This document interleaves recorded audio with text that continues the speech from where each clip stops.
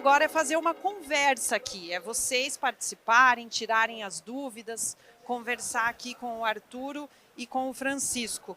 A gente sabe que primeira pergunta, às vezes o pessoal fica tímido, né? Então eu vou começar perguntando e aí eu passo a palavra para vocês, que a gente tem um tempinho aqui para esse bate-papo. Vou começar perguntando para o Arturo. Arturo, várias empresas do Chile já têm escritórios aqui no Brasil, né? Como já tinham nos Estados Unidos. Qual que é a importância de ter essa atuação local e em que momento que se decide dar um passo como esse?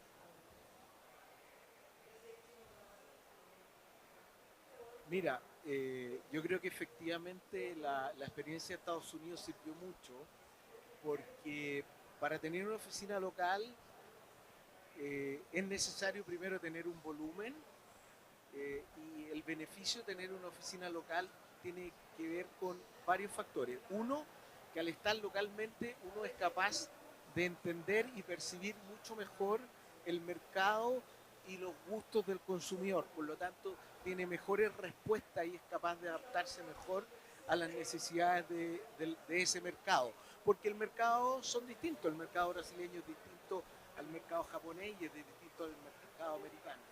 ¿Ya? Pero para eso se requiere tener volumen. Ahora, a veces yo siempre he creído que a veces, más que estar solos en el mercado, me parece que mucho más sinérgico es que tener parcerías, como dicen ustedes, con importadores locales. Yo creo que esas dos combinaciones son idealmente buenas, pero esto permite tener un mayor conocimiento del mercado, pero y también permite tener mejores capacidades logísticas para abastecer de mejor forma a los distribuidores y al food service.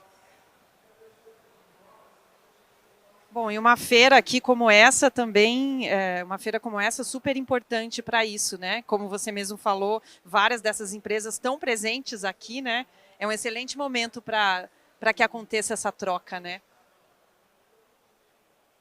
Así es, digamos, hay por lo menos visto 6, 7 empresas chilenas acá.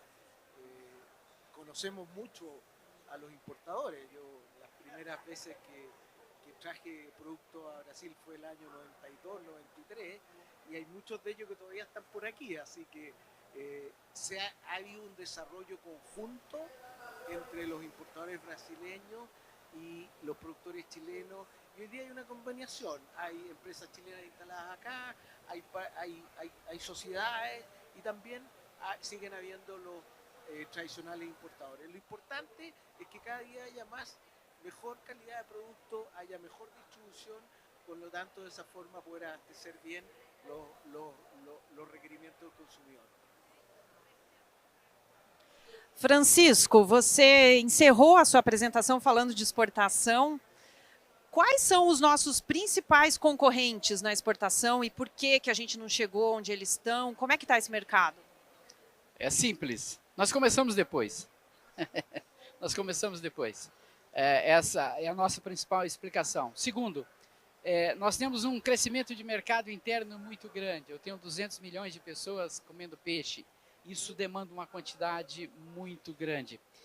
Agora que as empresas estão mais estruturadas em termos de volume de processamento, de escalas, e o que permite que nós possamos ir para o mercado externo com mais força, com maior volume. O nosso principal concorrente quando se trata de filé congelado é a China, mas de filé fresco nós temos concorrentes de peso, tipo Colômbia, tipo Honduras, que produzem muito bem, vendem muito bem, são bem competitivos. Mas entramos no jogo. Muito bom. Eu quero já abrir aqui para a plateia, para a gente aproveitar o nosso tempo aqui para as perguntas. A gente já tem uma pergunta aqui na frente. Vamos levar um microfone para você, tá? Só um minutinho, que é para todo mundo poder ouvir a sua pergunta. Só um segundinho que já está chegando. Ali, Kelly, por favor.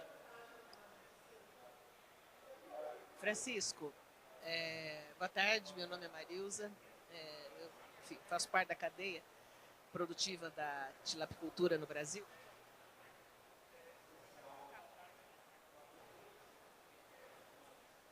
Desculpa. E, assim, uma coisa que você citou aí, a cadeia do frango, né, do suíno, enfim.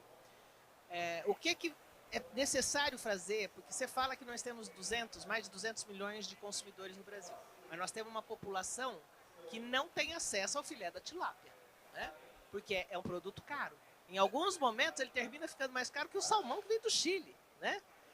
E aí, o que é que nós, enquanto cadeia, podemos fazer para que nós acessemos e aumentemos o consumo interno sem as exigências, enfim, sem os custos de exportação para o produtor brasileiro, saindo um pouco do filé, exemplo do que o suíno fez, do que o frango fez, e que há 12 anos você só tinha corte de porco, de paleta, pernil e costela. Hoje você tem uma infinidade de cortes. O que é que nós, enquanto setor, podemos e devemos fazer para ampliar o nosso consumo interno com essa camada da população que não acessa o filé da tilápia? Muito boa observação, Marilza. Mais da metade da população brasileira é uma população que vive com menos de $7 por dia no Brasil. O que isso faz com que essa pessoa, a demanda dela todo dia quando levanta é se alimentar. Todas as políticas no Brasil, principalmente as cadeias de produção, são direcionadas para atender esse público. Vamos dar um exemplo, inclusive o exemplo de aves. Há 40 anos atrás, aves era um produto caro no Brasil, era uma proteína cara no Brasil. E aí se fez um trabalho e engloba toda a cadeia, e hoje a proteína de aves é a proteína mais barata no Brasil, e é uma proteína hoje que já atende essa população que vive com $7 por dia, em função de desenvolvimento de genética, em função do desenvolvimento de pacotes tecnológicos de produção e principalmente relacionados à comercialização. Como nós conversamos aqui, a nossa cadeia é uma cadeia muito jovem, é uma cadeia de 10 anos. Então, quando você começa um negócio, você começa a vender o que é mais caro daquele negócio. Não faz sentido você começar vendendo o mais barato. Você vende o mais caro, e o mais caro é filé, é 33% desse produto. Nesse momento já existem algumas empresas trabalhando no desenvolvimento de produtos, mas com certeza, Marilza, essa é uma ação que não só o ano está acabando, mas no ano de 2025 a gente tem que estabelecer como meta, aí eu estou falando de cadeia de produção, conversando com todos os atores da cadeia para desenvolvimento de produtos que atinja principalmente o que a gente chama aqui no Brasil classes sociais CDE, que são classes com menor poder aquisitivo, e entregá-los produtos, proteínas de excelente qualidade para todo mundo. O interessante é que a tilápia é possível isso. Então, não é uma coisa de ficção, é uma coisa de mudança de atitude com relação, principalmente, à indústria. Então, terminamos uma década, que aí eu falo, a gente tem 10 anos, e agora o nosso desafio na próxima década é a inclusão. Incluir toda a população brasileira em consumir tão nobre produto.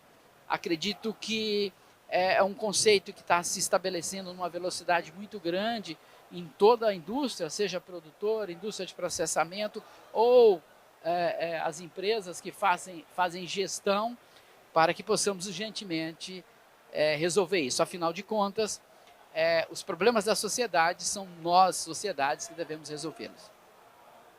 A gente tem uma pergunta aqui na frente já. Uma pergunta para vocês dois.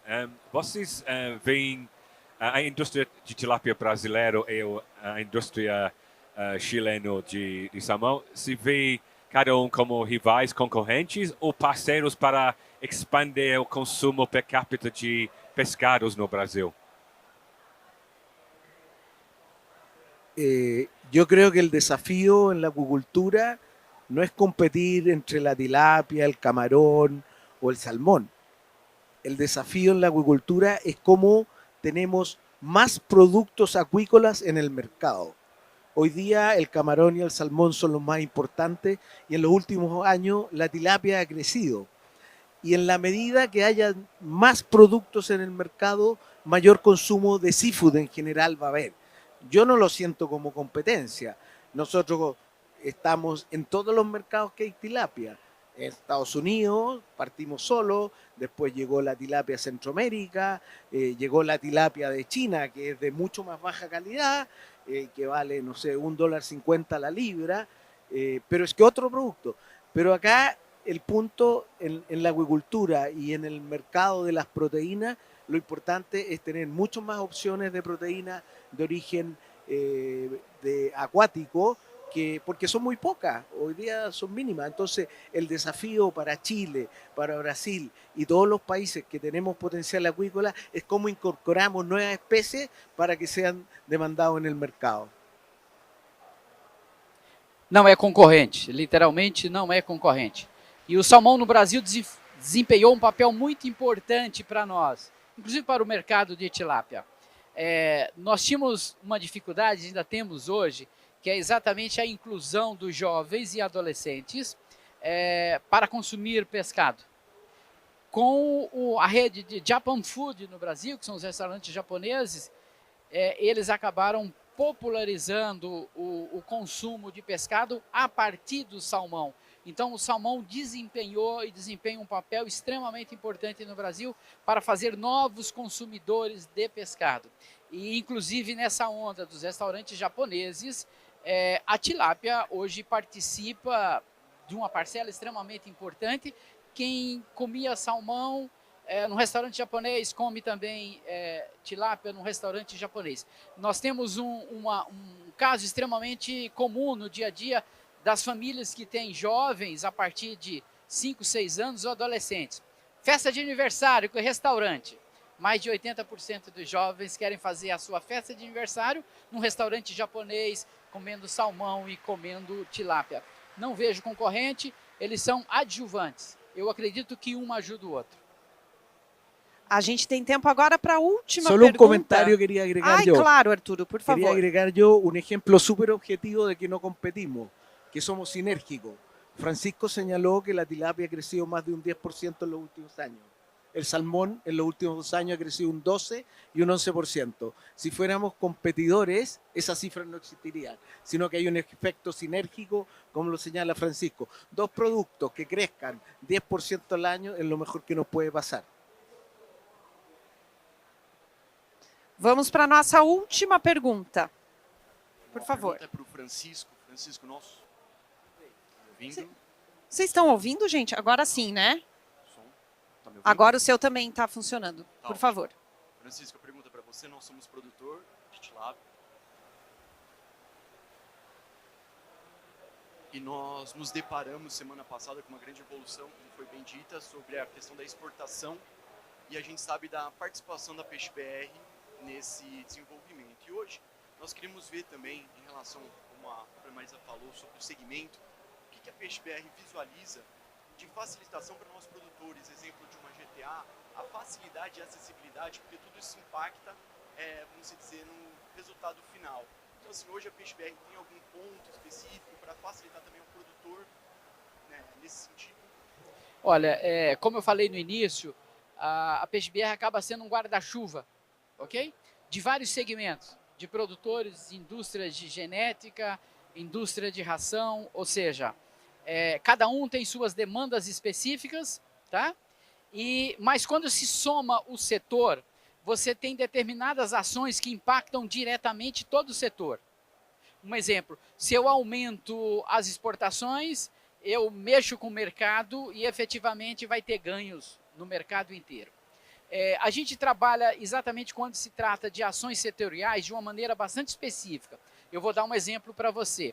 Atualmente nós temos o projeto que é o indicador CPEA Peixe BR, o indicador que já está com 4 anos em 5 regiões, que são patrocinadas por algumas empresas do setor de tilápia. Nós temos então vários projetos onde grupos de associados se unem e nos procuram para desenvolver ações bem específicas. E falando especificamente sobre a questão de política sanitária, né? Quando se trata de GTA, é uma política estadual.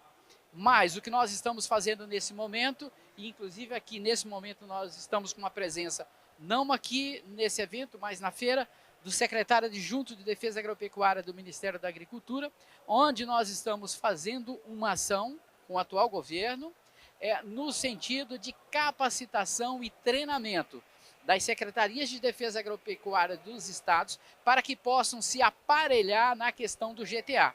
Porque muitas vezes o estado fala que não há recursos para fazer todo o processo de colocar internet, vamos falar assim, e muitas vezes não tem treinamento, então nós estamos trabalhando em Brasília para que isso efetivamente aconteça.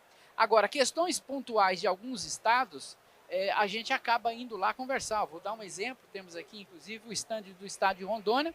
Há 2 anos nós estivemos no estado de Rondônia por uma questão especificamente de GTA. Conversamos com o presidente do órgão de defesa agropecuária sobre uns questionamentos e houve uma evolução, não era da forma que a gente está querendo. Então, assim, institucionalmente, a gente está trabalhando com o Ministério da Agricultura para que ela possa capacitar e encaminhar recursos para os estados terem esse processo. Agora, para os associados, eles nos procuram, podem nos procurar, que a gente vê o tipo de ação específica que pode ser feita no estado onde você atua para dar celeridade a esse processo. Porque nesse caso a gente trabalha principalmente mostrando dados para o estado. E nada melhor do que aumento de produção e aumento de receita estadual. Francisco, Arturo, muito obrigada pela participação de vocês dois aqui, por essa conversa tão rica, pelas apresentações. Muito obrigada pelas perguntas de vocês. Eu peço aplausos para os nossos convidados.